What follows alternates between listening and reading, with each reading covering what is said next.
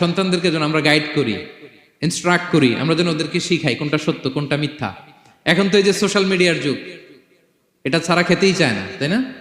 ঘুমাতেই চায় না। সে কি দেখে এটা আপনার জানতে হবে। সে কোথায় যায়, সে কার সাথে মেশে, সে কোন সাইটগুলো ব্রাউজ করে, এটা বাবা হিসেবে জানার দরকার আছে না নাই?